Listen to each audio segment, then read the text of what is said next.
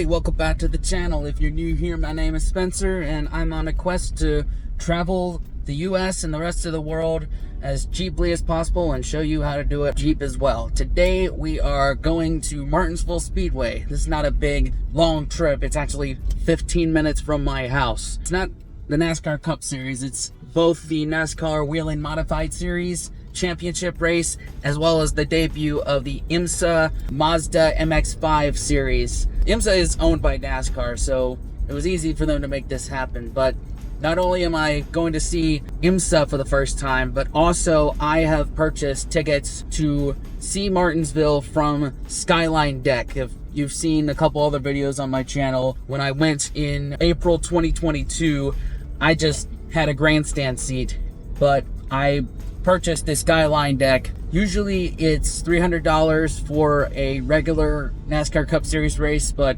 for this one it was only $47. So I am going to see if the Skyline Deck is worth it for Martinsville. Now, unfortunately, I won't be going to the championship precursor race, basically the end of the round of 8 for NASCAR this year, because I'm going to be out of town doing a dog sitting assignment up in Northern Virginia.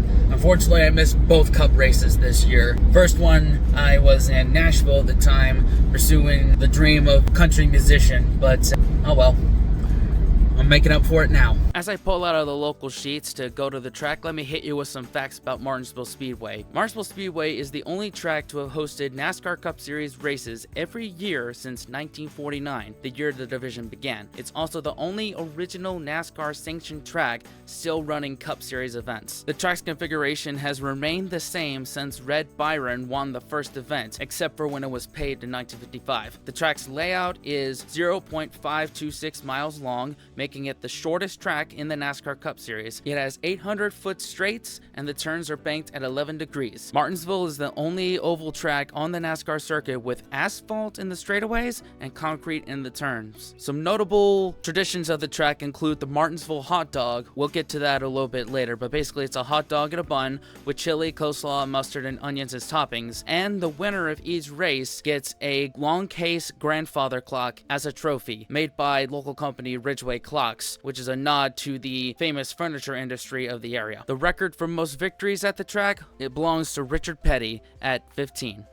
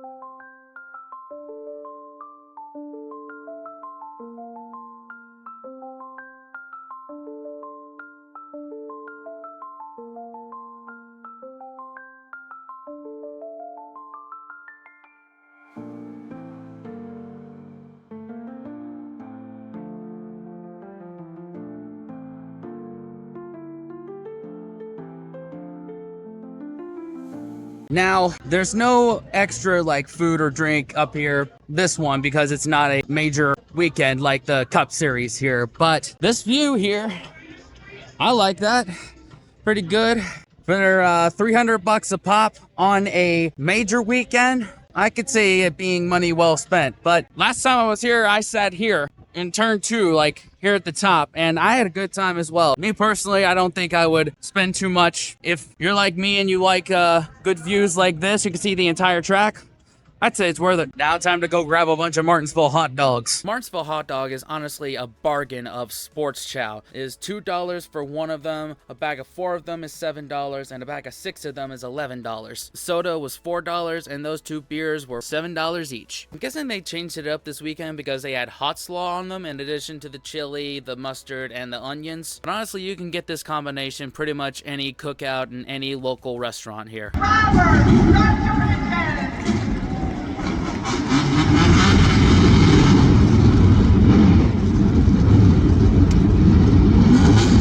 Before we see some racing action, let's talk about this series real quick. The Whelen Mazda MX-5 Cup is a single-make motor racing championship sanctioned by the International Motorsports Association, or IMSA. While the roots of this championship date back to 2003, the national championship was first implemented in 2006. These cars start out as regular road-ready Mazda MX-5s from the factory in Japan, but they are then transformed into race cars at Flea's Performance in Daytona Beach, Florida. The process includes welding a roll cage, painting, and adding over 250 parts. While you'll usually see these cars on road courses alongside other classes in IMSA, this was their first time ever on a paved oval. All right, here we go.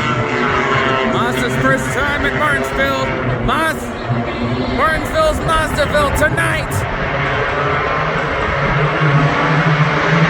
Boogity, boogity, boogity. Let's go racing.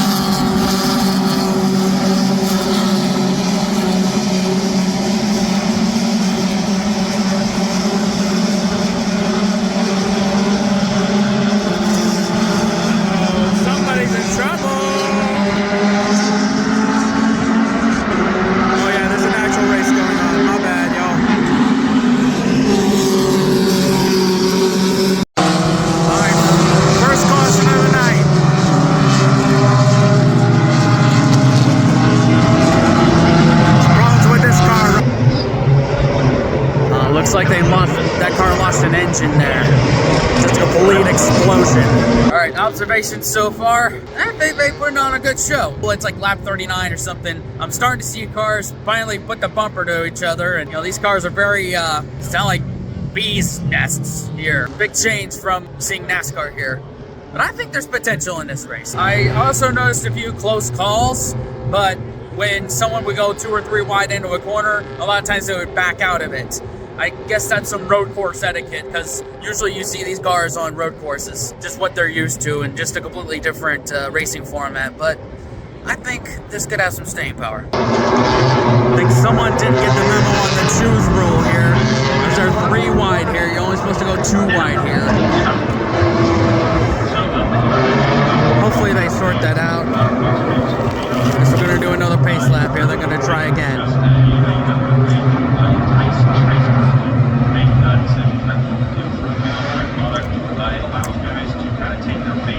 There we go. Now we got it sorted out. Green flag. Here we go.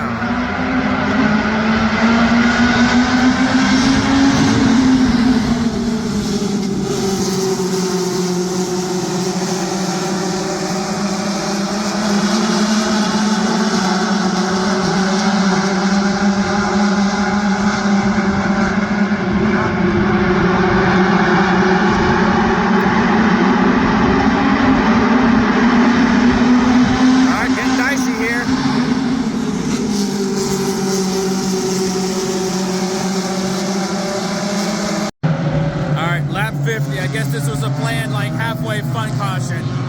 So this is my chance to go to the bathroom. They're coming down pit road now. This is interesting to see how pit stops work in this series. Okay, so this is a 5-minute clock. This is interesting. No fuel can be added, but little chassis adjustments can be made. I like that a lot. Alright, looks like they figured out the choose rule this time. Everyone's had a bit of time to stretch their legs out, make some adjustments. Let's see what the second half of this race holds.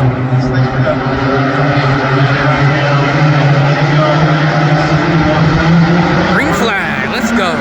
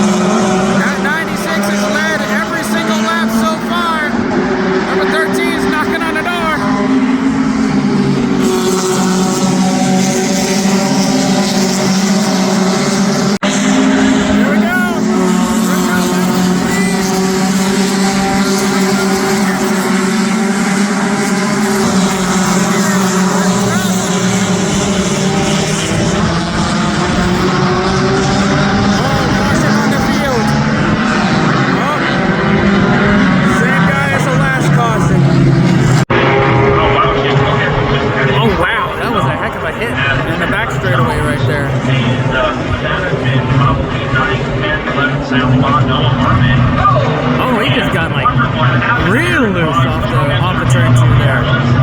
Dang, come. They're side by side. We got 4 laps to go. These two are duking it out.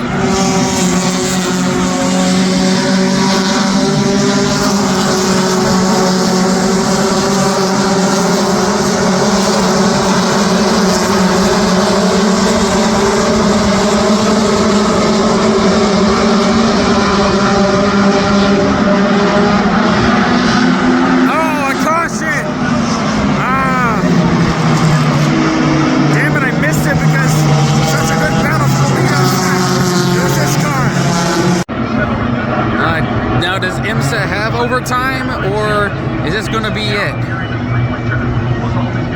Well, they're talking about a green white checkered on the announcing thing, so yep, there's going to be overtime. All right, purple number 13 and number 96 of red white. They both chose the inside lane here. Overtime, green white checkered.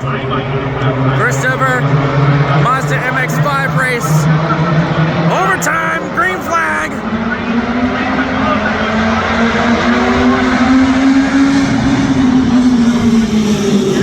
They forced him up the track.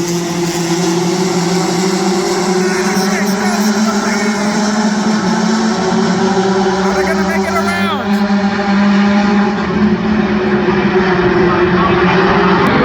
All right, white flag. Next flag ends it. Anything gonna happen in the final turns? Nope. Number 96 wins it. Dominant race. I salute you.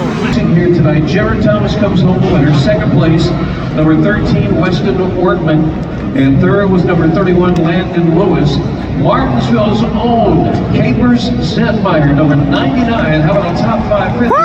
As he brings it home in 5th place tonight here at Martinsville Speedway. The coast for the first ever oval competition for Whelen Mazda MX-5 Cup presented by Michelin Tires. Jared Thomas gets the job done in his own race car with his own team. He makes $25,000. One of the cool things about Martinsville Speedway, that it's right next to a Norfolk Southern line. So occasionally you will see a train just going right past.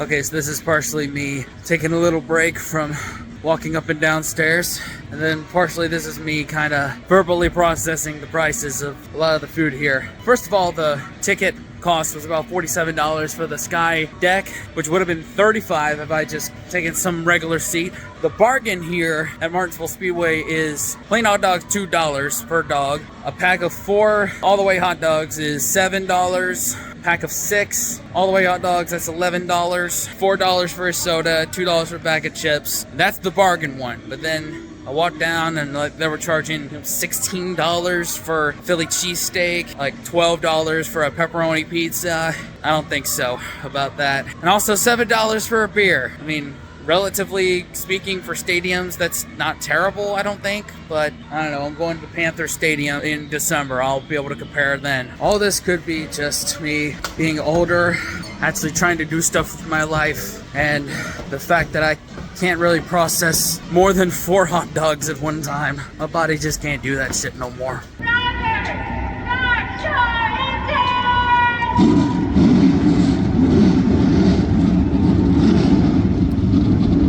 See, they knew to wait until the command was given. I guess Millenniums are not really known for that.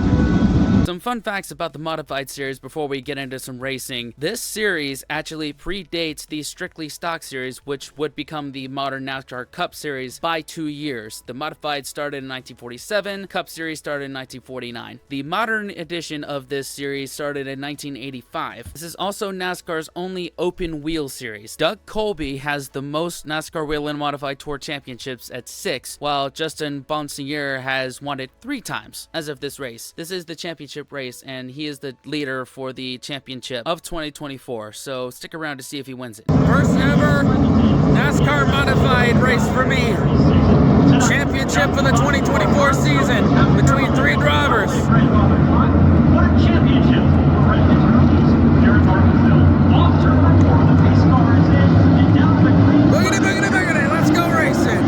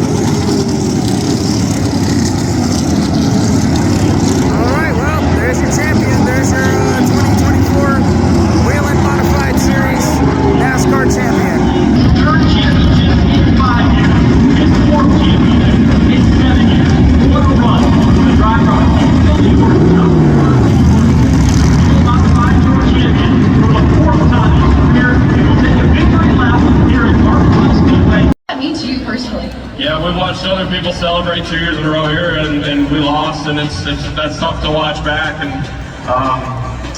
just a lot of hard work by Ryan Stone and Ken Massa to keep things going in the direction we want to go. And Ryan works really hard, and he gives, Ken lets him do whatever he needs to make these race cars as fast as they are. And this car came out at Thompson and won the last race. So back at the car, got a little bit of time, like a lot of time actually, because it's gonna be a while before they pour out of this parking lot. So got some time to recap. Start with the sky deck experience. Best view of the track that I have seen. I've been coming to Martinsville for many years now. My first one was 2006. I also came in 2022, I believe, and also both 2023 and now. So that's the best seats that I've had. In terms of like extra amenities, there weren't any because it was not a NASCAR Cup Series weekend, so I missed out on that. But in terms of the views, you can't beat it. Would I pay $300 on a NASCAR Cup Series weekend?